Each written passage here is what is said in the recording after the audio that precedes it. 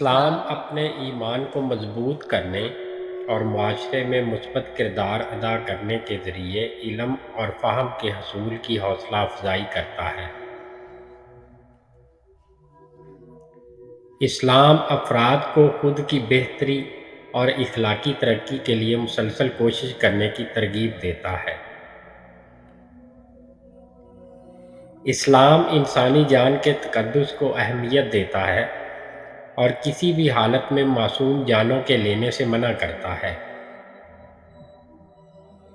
اسلام انفرادی ذمہ داری اور دنیا و آخرت دونوں میں جواب دہی پر بہت زور دیتا ہے۔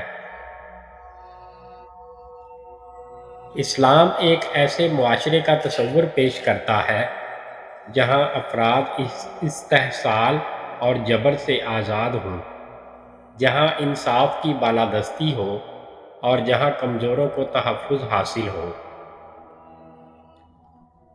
اسلام ایک مستحکم اور انصاف پسند معاشرے کی بنیاد کے طور پر خاندانی اقدار اور مضبوط سماجی بندھنوں کی اہمیت پر زور دیتا ہے۔ اسلام تنقیدی سوچ اور غور و فکر کی حوصلہ افزائی کرتا ہے، کیونکہ علم اور سمجھ کے ذریعے ہی افراد اپنے ایمان کو مضبوط کرتے ہیں۔ اسلام روئے زمین پر کہیں بھی ایسی تمام ریاستوں اور حکومتوں کو تباہ کرنا چاہتا ہے جو اسلام کے نظریے اور پروگرام کے خلاف ہوں، چاہے وہ ملک یا قوم کسی بھی ملک پر حکومت کرتی ہو۔ اسلام سکھاتا ہے کہ حقیقی طاقت صبر اور مصیبت میں ثابت قدمی میں ہے۔ اسلام عبادات کا مجموعہ نہیں ہے، بلکہ زندگی کا ایک جامع طریقہ ہے جو انسانی وجود کے تمام پہلوؤں پر محیط ہے۔ اسلام علم، عقل اور تنقیدی سوچ کو فروغ دے کر جہالت اور توہم پرستی کو ختم کرنا چاہتا ہے۔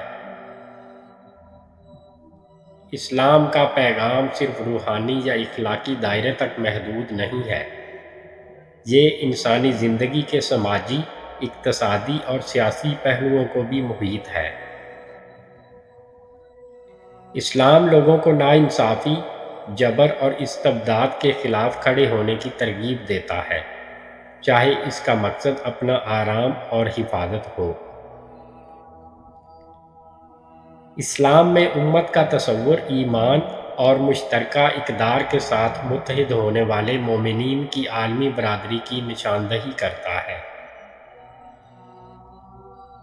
اسلام میں بھائی چارے کا تصور نسلی اور قومی حدود سے بالا تر ہے، جو انسانیت کے اتحاد پر زور دیتا ہے۔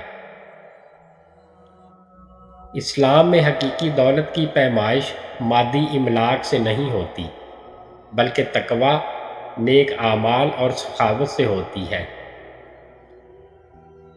اسلام میں حقیقی قیادت اقتدار اور اختیار سے نہیں، بلکہ لوگوں کی ضروریات کو پورا کرنے اور انصاف کو فروغ دینے کے بارے میں ہے۔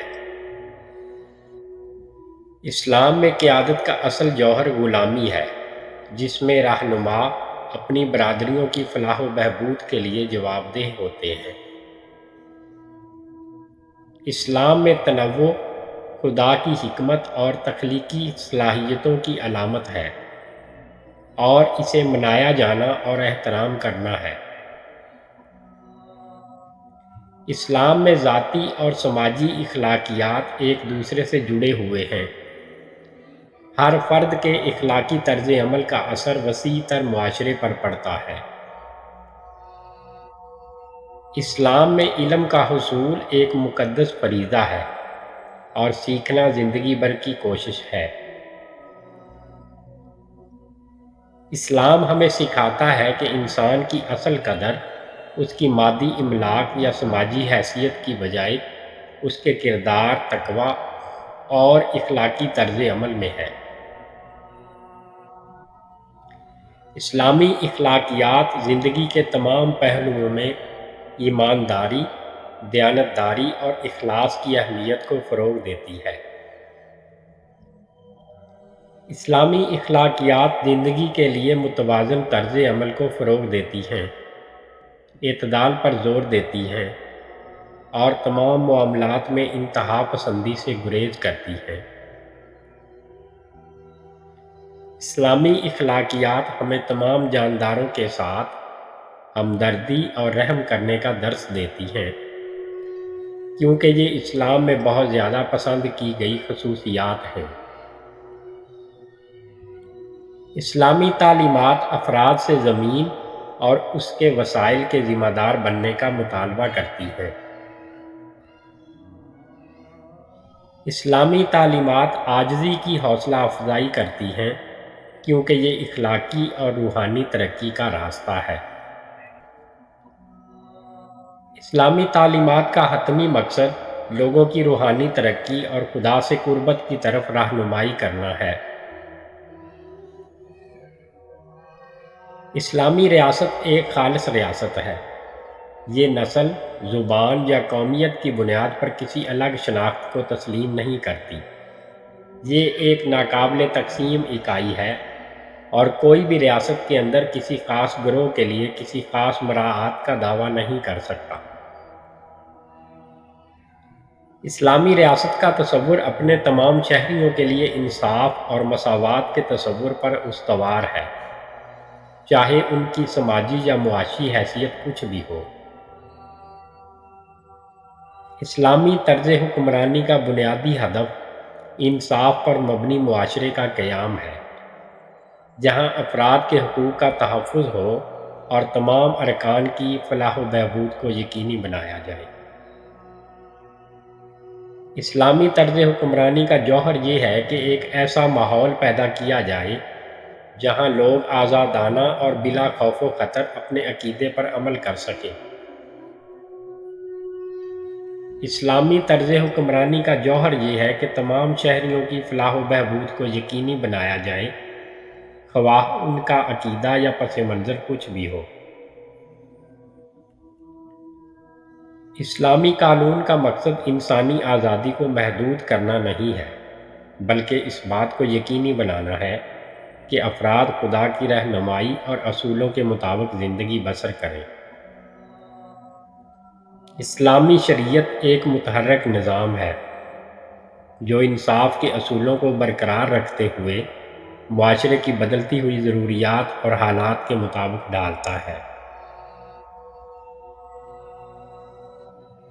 اسلامی معاشرے کی طاقت انصاف اور مساوات کے اصولوں کی پاسداری میں مضمر ہے، جو سماجی ہم آہنگی کو فروغ دیتے ہیں۔ انسانی وجود کا حتمی مقصد، جیسا کہ اسلام نے سکھایا ہے، خدا کی عبادت اور اس کی خوشنودی حاصل کرنا ہے۔ آزادی اور انصاف کے اصول اسلامی سماجی اور سیاسی نظام کے مرکز ہیں۔ خیرات اور ضرورت مندوں کی مدد کرنا اسلام میں بنیادی عبادتیں ہیں جو ایثار اور ہمدردی کی اہمیت کو ظاہر کرتی ہیں۔ زندگی میں حقیقی خوشی کا راستہ اسلام کے مطابق خدا کی مرضی کے تابع ہونے اور ایک صالح اور اخلاقی زندگی گزارنے میں پایا جاتا ہے۔ قرآن انسانیت کو زمین کا محافظ بننے، اس کے قدرتی وسائل کی حفاظت اور ماحولیات کی حفاظت کرنے کی دعوت دیتا ہے۔ قرآن ایک لازوال رہنما ہے جو ہر دور میں انسانیت کو درپیش چیلنجوں اور مسائل کا حل پیش کرتا ہے۔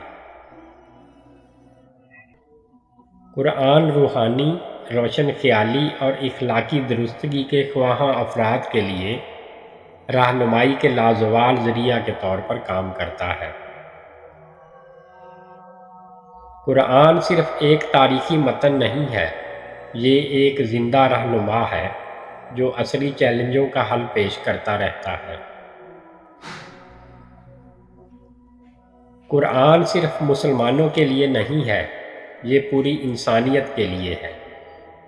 یہ ایک انسان کی ضرورت دوسرے کی ضرورتوں سے زیادہ پوری نہیں کرتا، اس کا تعلق انسانی زندگی کے تمام پہلوؤں سے ہے۔ قرآن کی تعلیمات ایک منصفانہ اور ہمدرد معاشرے کا خاکہ فراہم کرتی ہیں جہاں تمام افراد کے حقوق محفوظ ہیں۔ قرآن لوگوں کی رہنمائی کرتا ہے کہ وہ اپنے عقیدے اور اصولوں پر قائم رہتے ہوئے زندگی کی پیچیدگیوں سے کیسے نکلیں۔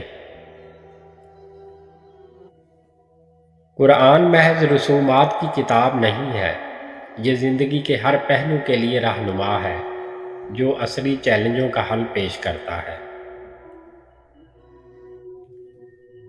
قرآنی عالمی نظریہ خدا کے سامنے انسانی ذمہ داری اور جواب دہی کی اہمیت پر زور دیتا ہے، جو افراد اور معاشروں کو اخلاقی اور منصفانہ رویے کی طرف رہنمائی کرتا ہے۔ معاشرے کی طاقت اس کے افراد کے اخلاقی کردار اور سالمیت میں مضمر ہے۔